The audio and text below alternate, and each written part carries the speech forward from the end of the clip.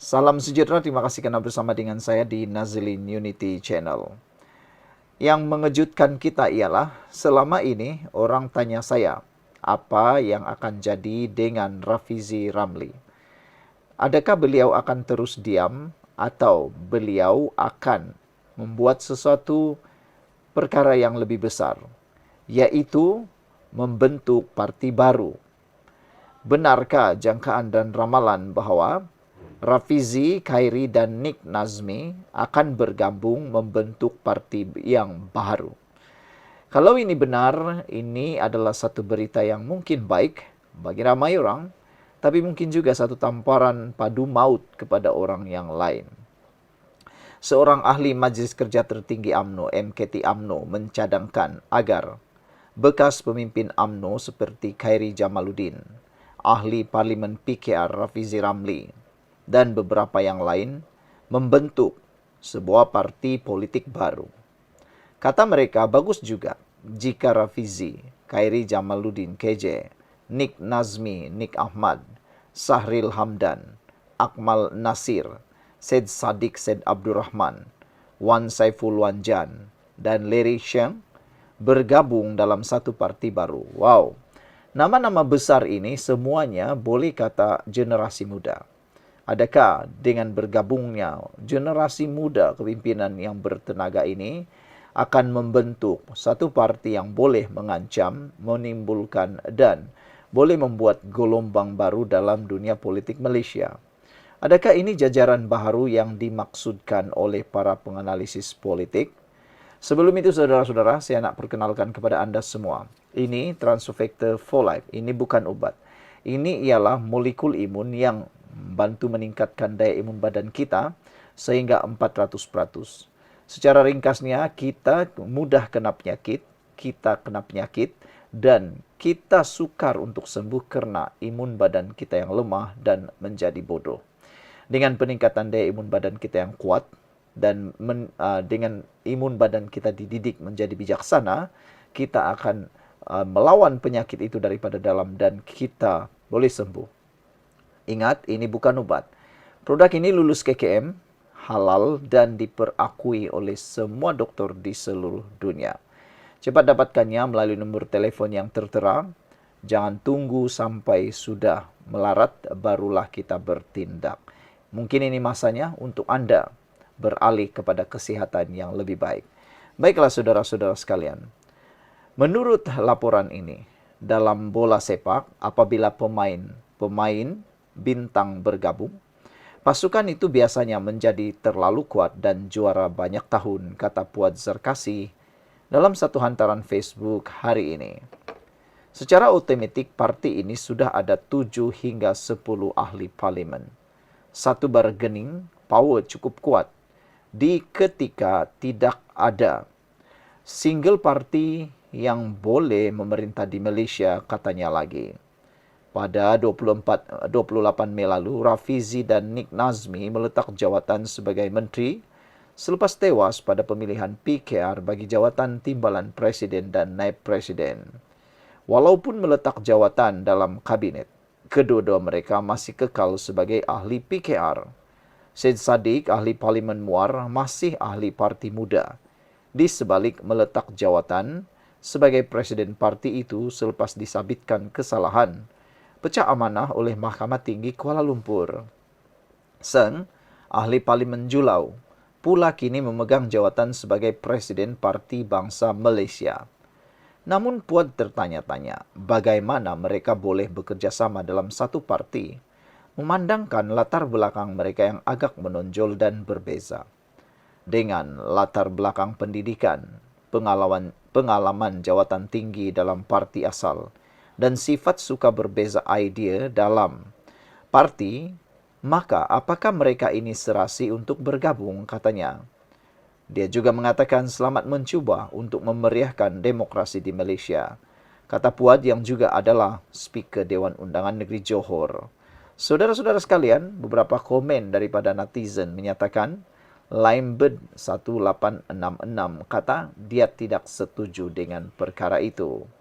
Blue Lion pula 3547 mengatakan all okay except Wan Saiful. Wah, dia kata semua boleh bergabung kecuali Wan Saiful saja jangan terima, katanya lagi. Saudara, bagaimana pula pendapat Anda tentang idea penggabungan pemimpin-pemimpin yang terpinggir ini?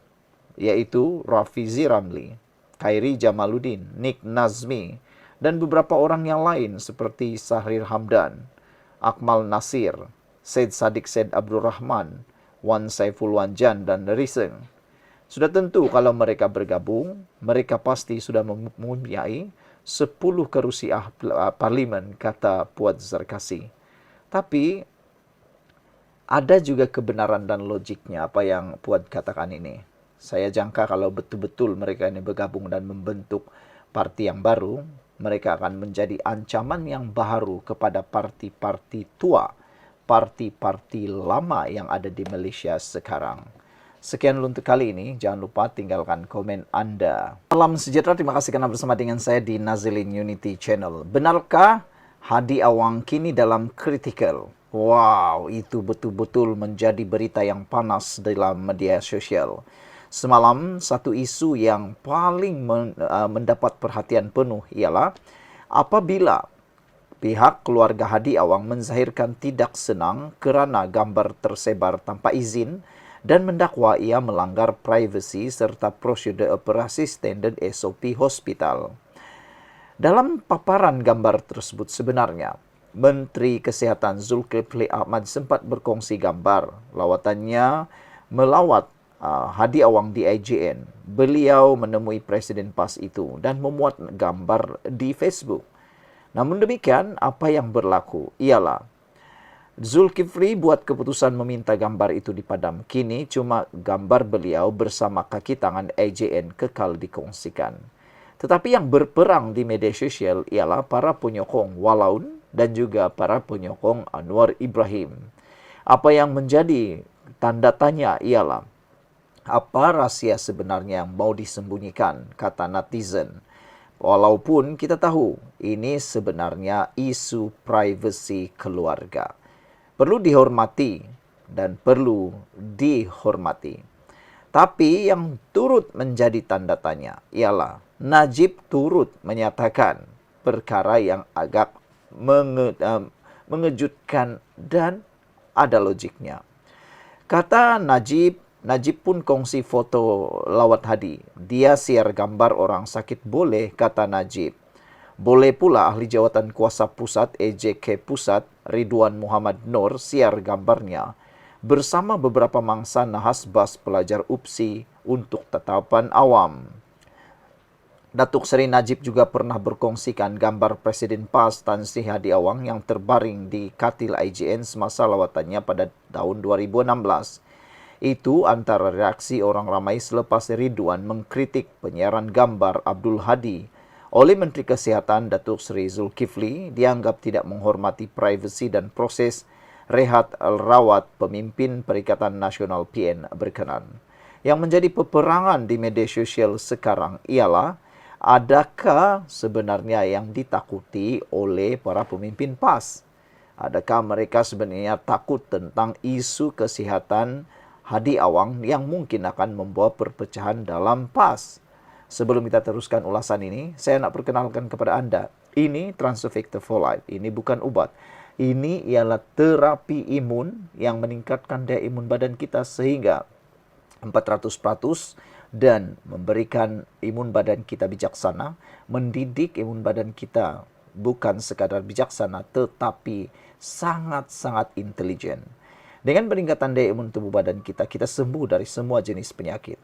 Kita juga tidak sembuh daripada semua jenis penyakit kerana imun badan kita yang lemah dan bodoh. Imun badan yang bodoh menyerang tubuh badan kita sendiri. Tapi dengan Transfer Factor for Life, imun badan kita meningkat dan imun badan kita dididik. Akhirnya, apa saja jenis penyakit boleh sembuh dengan peningkatan daya imun badan kita.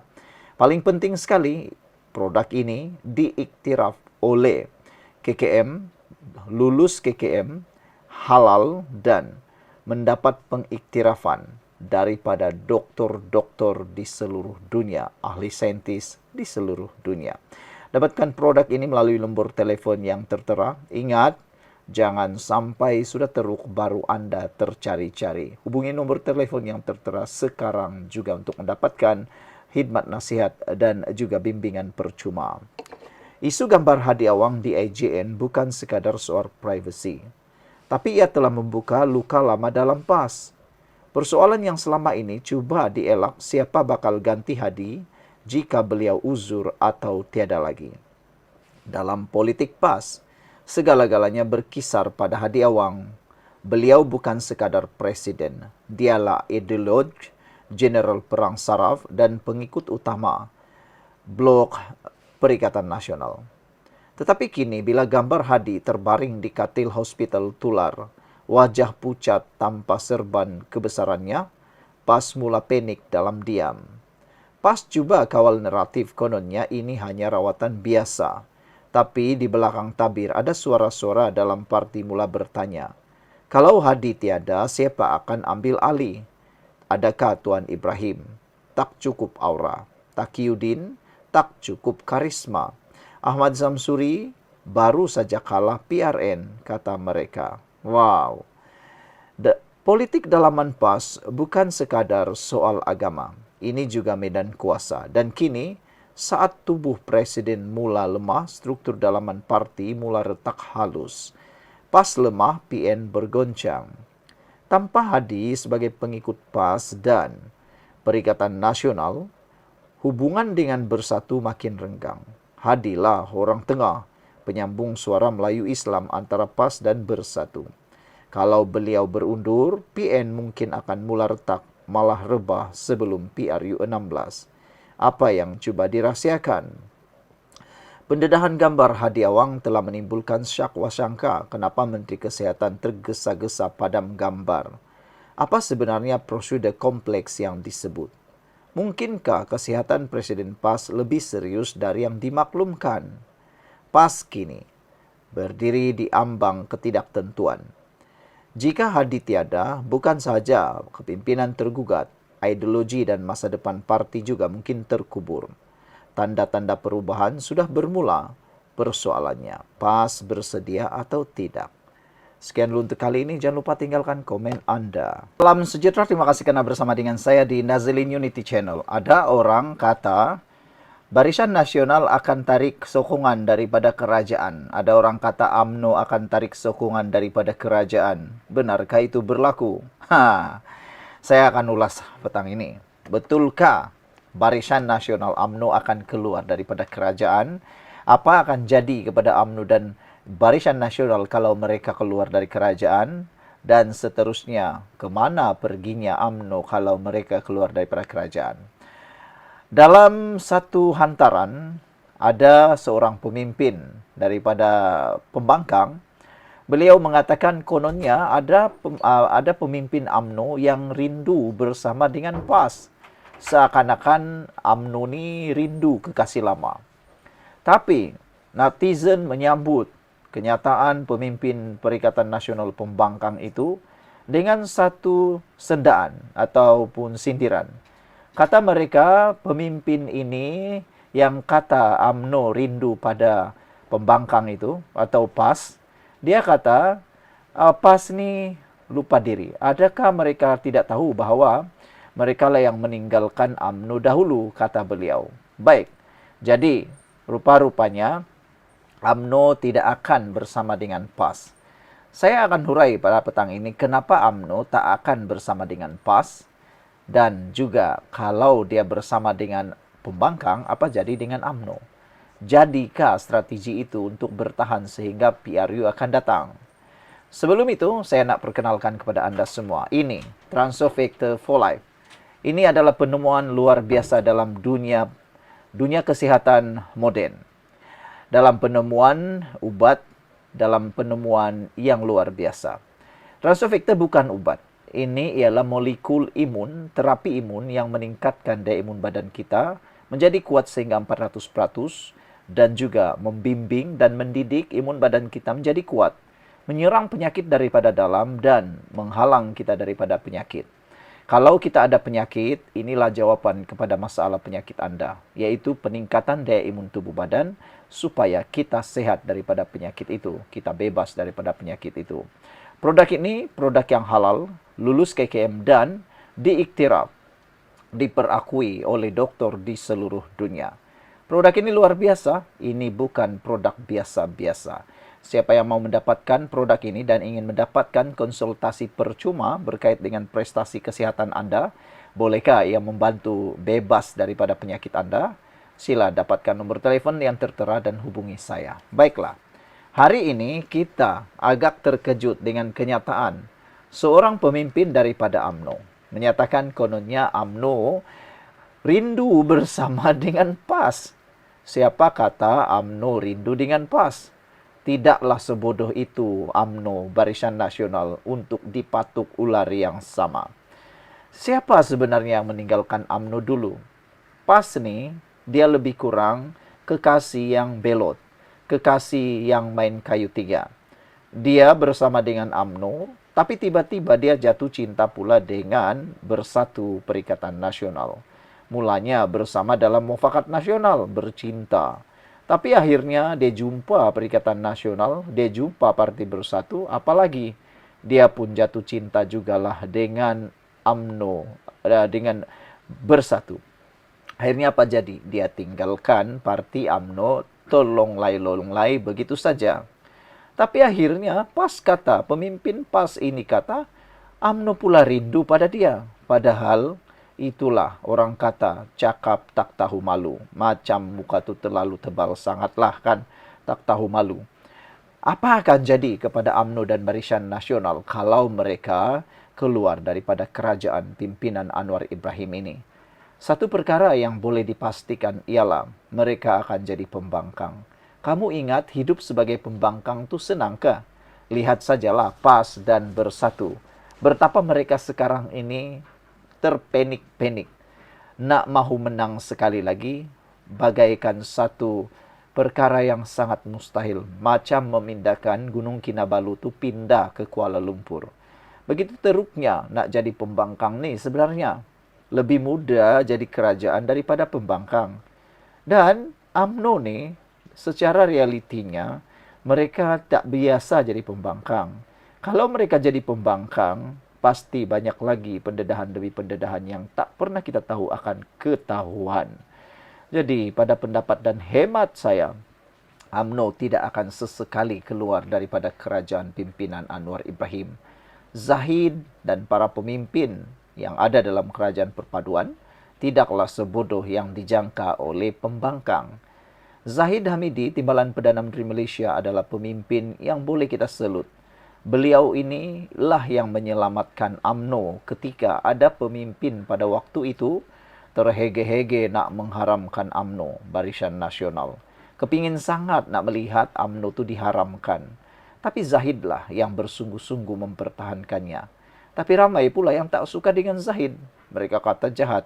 Tapi sebenarnya Zahidlah penyelamat sebenar kepada UMNO. Kalau bukan Zahid, silap-silap hari bulan, UMNO sudah tinggal jadi batu nisan. Tapi bersyukurlah mereka kini menjadi kerajaan. Mungkin ada yang jealous. PAS, Bersatu, Perikatan Nasional. Mungkin jealous dengan kedudukan Parti UMNO, Barisan Nasional. UMNO kecil kerusi, kemenangannya kecil. Begitu juga dengan PKR. Mereka tidaklah sebanyak kerusi yang dimiliki oleh PAS dan Perikatan Nasional, tetapi menjadi pula kerajaan. Nah, itulah. Saya memberikan ramalan UMNO Barisan Nasional tak mungkin akan hianat meninggalkan kerajaan perpaduan ini. Dan saya jangkakan pada PRU akan datang, mereka akan bekerja sama dan sapu habis kerusi yang ada. Sekian untuk kali ini. Jangan lupa tinggalkan komen Anda.